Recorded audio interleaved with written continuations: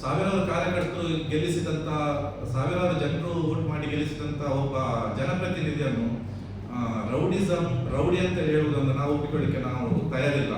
ಹಾಗಾಗಿ ರಘುಪತಿ ಭಟ್ರು ಬೇಷರತ್ತಾಗಿ ಕ್ಷಮೆ ಯಾಚಿಸಬೇಕಂತ ಹೇಳಿ ನಾವು ಕೇಳ್ತಾ ಇದ್ದೇವೆ. ಮತ್ತೆ ಕಾನೂನು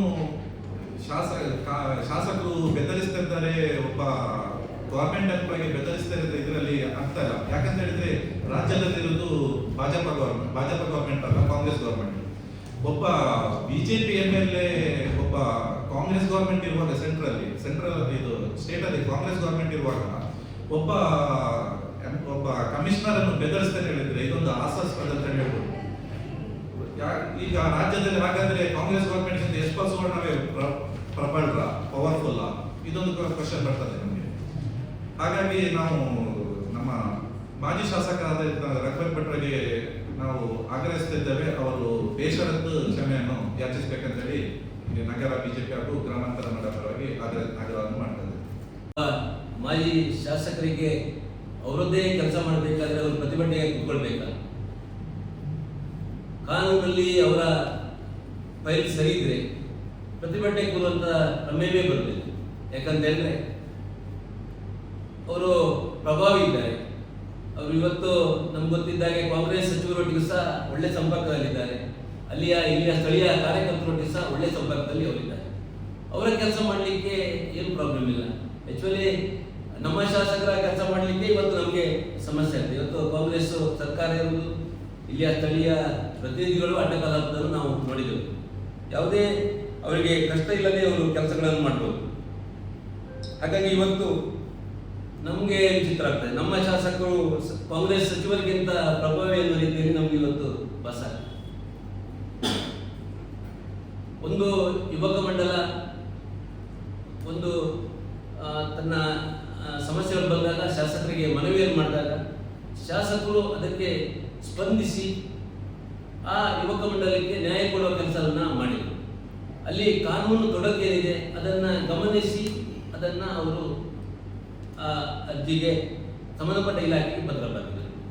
ಆದರೆ ಪತ್ರ ಬರೆದ ನಂತರ ಅಲ್ಲಿ ಕಾನೂನಿನ ತೊಡಕಿಲ್ಲದಿದ್ರೆ ಅದು ಫೈಲ್ ಕ್ಲಿಯರ್ ಆಗಬೇಕು, ಶಿಕ್ಷೆ ಸಿಗಬೇಕಿತ್ತು. ಅದರಲ್ಲಿ ಏನಿಲ್ಲ, ಏನೇ ಸಹ ಸ್ಪಷ್ಟತೆಯನ್ನು ಪಟ್ಟಿದ್ದಾರೆ ಶಾಸಕರು. ಕಾನೂನಲ್ಲಿ ಸರಿ ಇದ್ದರೆ ಅದನ್ನು ಕೊಡ್ಬೋದು, ಏನು ನಮ್ದೇನು ಆಕ್ಷೇಪ ಇಲ್ಲ ಅಂತ ಸ್ಪಷ್ಟವಾಗಿ ಪತ್ರದಲ್ಲಿ ಹೇಳಿದ್ದಾರೆ.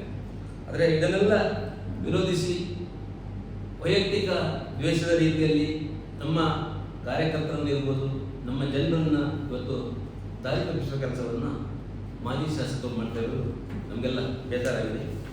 ಹಾಗಾಗಿ ಇವತ್ತು ನಾವು ಪತ್ರಿಕಾಗೋಷ್ಠಿಯಲ್ಲಿ ಬಿಜೆಪಿಯ ಕಾರ್ಯಕರ್ತರಾಗಿದ್ದು ಒಬ್ಬ ಸಾಮಾನ್ಯ ಕಾರ್ಯಕರ್ತನಿಗೆ ಹಿಂದಿನ ಅವಧಿಯಲ್ಲಿ ಶಾಸಕ ಸ್ಥಾನಕ್ಕೆ ಅವಕಾಶವನ್ನು ಮಾಡಿಕೊಟ್ಟಾಗ ಅದನ್ನು ಸಂಪೂರ್ಣವಾಗಿ ಒಪ್ಪಿ ಆ ಸ್ಥಿತಿಯಲ್ಲಿ ಕೆಲಸವನ್ನು ಮಾಡಿದ್ರು, ಅದನ್ನು ನಾವು ಸ್ವಾಗತಿಸುತ್ತೇವೆ. ಆದರೆ ಸಂಬಂಧಪಟ್ಟಾಗೆ ಅವರಿಗೆ ಪದವೀಧರ ಕ್ಷೇತ್ರದಲ್ಲಿ ಸೀಟ್ ಸಿಗಲಿಲ್ಲ ಅಂತ ಹೇಳ್ಕೊಂಡು ಅವರು ಇಂಡಿಪೆಂಡೆಂಟ್ ಆಗಿ ನಿಂತಾಗ ಪಕ್ಷ ಅವರನ್ನು ಉಚ್ಚಾಟನೆ ಮಾಡಿತ್ತು.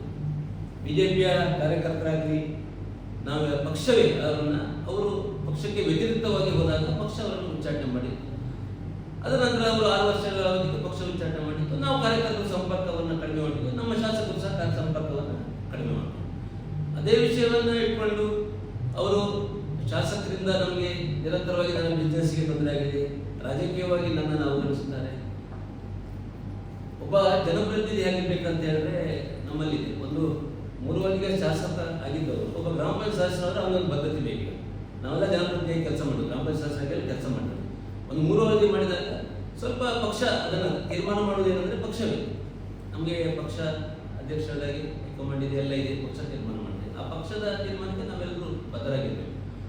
ಪಕ್ಷ ಕೊಡಲಿಲ್ಲ ಅಂತ ಹೇಳ್ಬಿಟ್ಟು ಸ್ವಲ್ಪ ವೆಯ್ಟ್ ಮಾಡಬೇಕಿತ್ತು. ಅದನ್ನು ಬಿಟ್ಕೊಂಡು ಈಗ ವಿನಾಕಾರಣ ನಮ್ಮ ಶಾಸಕರ ಮೇಲೆ ಜನರನ್ನು ಎತ್ತಿ ಕೊಟ್ಟಿಕೊಳ್ಳುವ ಕೆಲಸವನ್ನು ಮಾಡುವುದು ಬಹಳ ಬೇಸರ ಇದೆ. ಹಾಗಾಗಿ ನಾವು ಪತ್ರಿಕೆಯಲ್ಲಿ ನೋಡ್ತೇವೆ, ಅದೊಂದು ವಾಟ್ಸಪ್ ಅನ್ನು ಬಿಡ್ತಾ ಇರೋದು, ಇನ್ನೊಂದು ನಮ್ಮ ಎಲ್ಲ ಕಾರ್ಯಕರ್ತರಿಗೆ ಕಳಿಸೋದು, ಅದನ್ನು ನೋಡ್ತಾ ಇದ್ದೇವೆ ನಿರಂತರವಾಗಿ. ಬೇರೆ ಬೇರೆ ಕಾರಣಗಳು, ಇದು ವೈಯಕ್ತಿಕ ವಿಷಯವನ್ನು ಇಟ್ಕೊಂಡು ಅವರು ಶಾಸಕರನ್ನು ವಧೆ ಮಾಡೋದಕ್ಕೆ ನಾವು ಡಿಪಿ ನಗರ ಮತ್ತು ಗ್ರಾಮಾಂತರ ಬಿಜೆಪಿ ವತಿಯಿಂದ ಮುಂದಿನ ದಿನಗಳಲ್ಲಿ ಇವತ್ತು ಇಷ್ಟೊತ್ತವರೆಗೆ ನಾವು ಅದನ್ನು ಪತ್ರಿಕಾಗೋಷ್ಠಿಯನ್ನು ಮಾಡಲಿಲ್ಲ ಪಕ್ಷದ. ಯಾಕಂದ್ರೆ ಮುಂದಿನ ದಿನಗಳು ಸರಿ ಆಗ್ಬೋದು, ನಮ್ಮೊಟ್ಟಿಗೆ ಕೆಲಸ ಮಾಡಿದ್ರು, ನಮ್ಮ ಶಾಸಕರಿಗೆ ಮತ್ತು ಅವರಿಗೆ ಗ್ಯಾಪ್ಗಳು ಕಡಿಮೆ ಆಗುವ ರೀತಿಯಲ್ಲಿ ನಾವಿಲ್ಲ. ಆದರೆ ಮುಂದೆ ಕಾರ್ಯಕರ್ತರು, ನಾವು ಪಕ್ಷದ ನಾಯಕರುಗಳು ಇದನ್ನು ಮುಂದೆ ತುಂಬ ಸೀರಿಯಸ್ ಆಗಿ ತಗೊಳ್ತೇವೆ. ಇವರು ಪದೇ ಪದೇ ಶಾಸಕರ ಬಗ್ಗೆ ಒಬ್ಬ ಶಾಸಕ ಹಿಂದೂ ಧ್ವನಿಯಾಗಿ ಇವತ್ತು ಪಕ್ಷದ ಸಿದ್ಧಾಂತದಡಿ ಇವತ್ತು ಕೆಲಸವನ್ನು ಮಾಡ್ತಾ ಇದ್ದಾರೆ. ಸಮಾನವಾಗಿ ಎಲ್ಲ ಉಡುಪಿ ನಗರ ಮತ್ತು ಗ್ರಾಮಾಂತರದ ಅಲ್ಲಿ 78 ಬೂತ್ಗಳಿದೆ, ಇಲ್ಲಿ 226 ಬೂತ್ಗಳಲ್ಲಿ ಸಮಾನವಾಗಿ ಇವತ್ತು ಕಾರ್ಯಕರ್ತರು, ನಾಯಕರು, ಪಕ್ಷ ಎರಡನೇ ತಂಡದ ನಾಯಕರಿದ್ದಾರೆ, ಅವರನ್ನು ಸಮಾನವಾಗಿ ಸ್ವೀಕರಿಸಿ ಇವತ್ತು ಎಲ್ರಿಗೂ ನ್ಯಾಯ ಕೊಡುವ ಕೆಲಸಗಳನ್ನು ಮಾಡ್ತಾ ಇದ್ದಾರೆ.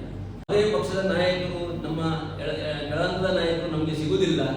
ಇವತ್ತು ಶಾಸಕರನ್ನು ಎತ್ತಿ ಕಟ್ಟಿದರೆ ನನಗೆ ಒಂದಿಷ್ಟು ಲಾಭ ಆಗ್ಬೋದು ಎಂಬ ರೀತಿಯಲ್ಲಿ ಇವತ್ತು ಇವರು ಕೆಲಸವನ್ನು ಮಾಡ್ತಾ ಇದ್ದಾರೆ. ಇವತ್ತು ವಿರುದ್ಧವಾಗಿ, ಶಾಸಕರ ವಿರುದ್ಧವಾಗಿ ಜನರನ್ನು ಎತ್ತಿ ಕಟ್ಟಿಕೊಳ್ಳುವ ಕೆಲಸಗಳನ್ನು ಮಾಡ್ತಾ ಇದ್ದಾರೆ. ನಾವು ಅಲ್ಲಿ ಸ್ಪಷ್ಟ ಹೇಳ್ತಾ ಇದ್ದೇವೆ. ಇವತ್ತು ನೀವು ಪದೇ ಪದೇ ಶಾಸಕರನ್ನ ನೀವು ಮತ್ತೆ ನೀವು ರೌಡಿಸಮ್ ಶಾಸಕರು ಅಂತ ಹೇಳೋದು, ಅಥವಾ ತನ್ನ ವೈಯಕ್ತಿಕ ದ್ವೇಷ, ವೈಯಕ್ತಿಕ ಬಿಸ್ನೆಸ್ ತೊಂದರೆ ಕೊಡ್ತಾರೆ ಅಂತ ಹೇಳೋದು, ಅದರ ಬಗ್ಗೆ ನೀವು ಪದೇ ನೀವು ಜನರನ್ನು ಎತ್ತಿಕೊಂಡಿದ್ದರೆ ನಾವು ಮುಂದಿನ ದಿನಗಳಲ್ಲಿ ನಿಮ್ಮ ವಿರುದ್ಧ ಕಠಿಣವಾದ ನಿರ್ಧಾರಗಳನ್ನು, ಪ್ರತಿಭಟನೆಗಳನ್ನು ಮಾಡುವ ರೀತಿ ಮುಂದೆ ಬರ್ಬೋದು. ಹಾಗಾಗಿ ಸ್ಪಷ್ಟವಾಗಿ ಹೇಳ್ತಾ ಇದ್ದೇವೆ, ಇವತ್ತಿಗೆ ಜನರನ್ನು ನಿಲ್ಲಿಸಬೇಕು. ನಿಮಗೆ ನ್ಯಾಯ ಸಿಗುವುದರಲ್ಲಿ ನಮ್ದೇನಿಲ್ಲ. ಇವತ್ತು ಉಡುಪಿ ಜಿಲ್ಲೆಯಲ್ಲಿ 8,000ಕ್ಕಿಂತ ಹೆಚ್ಚು ನಗರ ಮತ್ತು ಗ್ರಾಮಾಂತರದಲ್ಲಿ ಇವತ್ತು ಸಿಂಗಲ್ ಲೆವೆಲ್ಗಳು ಬಾಕಿ ಇದೆ. ಅದ್ರ ಬಗ್ಗೆ ಹೋರಾಟವನ್ನು ನಾವೀಗ ಪಕ್ಷದ ನೆಲೆಯಲ್ಲಿ ನಾವು ಮಾಡ್ತಾ ಇದ್ದೇವೆ, ಶಾಸಕರು ಸಹ ಮಾಡ್ತಾ ಇದ್ದಾರೆ. ಆದರೆ ಒಬ್ಬ ಸ್ವಂತ ಒಂದು ಫೈಲಿಗೋಸ್ಕರ ಇವರು ಪ್ರತಿಭಟನೆ ಮಾಡೋದು ಹಾಸ್ಯಾಸ್ಪದ. ಇವತ್ತು ಆ 8,000 ಫೈಲ್ಗಳು ಸಹ ಕಾನೂನಿನ ತೊಡಕಿನಲ್ಲಿರ್ಬೋದು, ಇವತ್ತು ಪ್ರಾಧಿಕಾರದ ಒಂದು ಅವ್ಯವಸ್ಥೆಯಲ್ಲಿರ್ಬೋದು, ಇಲಾಖೆಯ ಅಧಿಕಾರಿಗಳ ಒಂದು ನಿರ್ಲಕ್ಷ್ಯದಲ್ಲಿರ್ಬೋದು, ಅಥವಾ ಭ್ರಷ್ಟಾಚಾರದಲ್ಲಿರ್ಬೋದು, ಬೇರೆ ಕಾರಣಗಳಂತೆ ಇವತ್ತು ಪೆಂಡಿಂಗ್ ಇದೆ.